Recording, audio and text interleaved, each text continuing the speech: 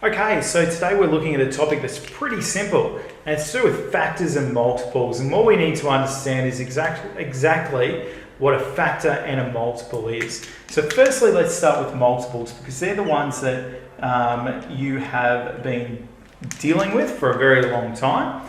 Okay, so a multiple is basically your times tables. So if we talked about the multiples of 2, okay, and let's go through some of the multiples of 2.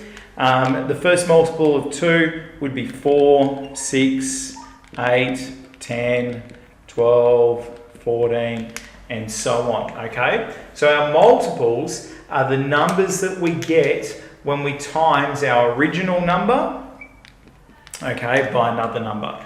So obviously 2 times 4 gives us 8. So they're our multiples. Now our factors are a little bit different though. So our factors are numbers that, let's just say we've got the number 24, okay? And if I said to you, list the complete set of factors for 24, we could have 1 and 24, okay? We could have 2 and 12. We could have 3, and how many times do you multiply 3 to make 24? Okay, so we multiply it by 8 times, 8 times, okay?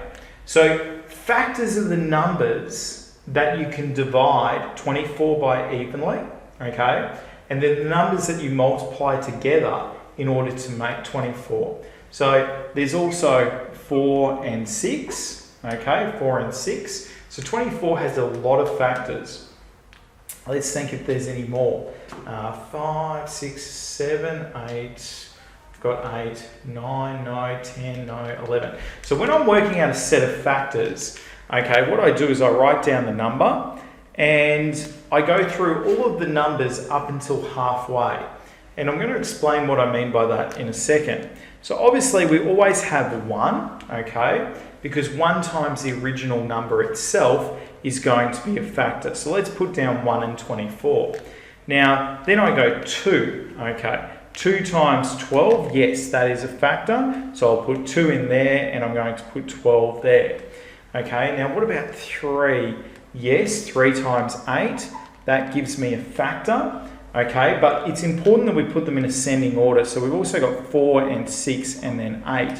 So they're our complete set of factors for 24. Now, the reason why I start at 1 and I work up to halfway is very important. Okay, it's very important that you understand this. So if I have 13, 13 will never be a factor of 24 because it's more than halfway. If we multiply 13 by 2, we get 26. So we actually have a number that's greater than our original number. So if you go through the numbers up until the halfway point, usually you'll find all of the factors there, okay? Now, other important things to note is with our multiples are infinite, okay? Infinite means that they can go forever. We can have multiples going forever with our when we find multiples. However, with our factors, they are finite. That means that there's a certain number of them. So if I was to find the factors of, let's say, 8, okay, obviously we have 1 and 8. We have 2 and 4. And that's our halfway point. So as long as 3 isn't a factor of 8, which it's not, you can't multiply 3 by any amount to make 8 for whole numbers, then it's not a factor. So we only have 4 factors for the number 8. However, if I said find 6 multiples of 8, then you could easily find 6 multiples of 8, okay? And you could keep going indefinitely into the future, okay? So there is an infinite number of multiples. There's a finite number of factors. Remember, factors always have a pair, okay? Sometimes the same number can feature in a pair, okay? But they always come in pairs and there's a certain amount of factors and that's basically it. That's your factors and multiples, all right?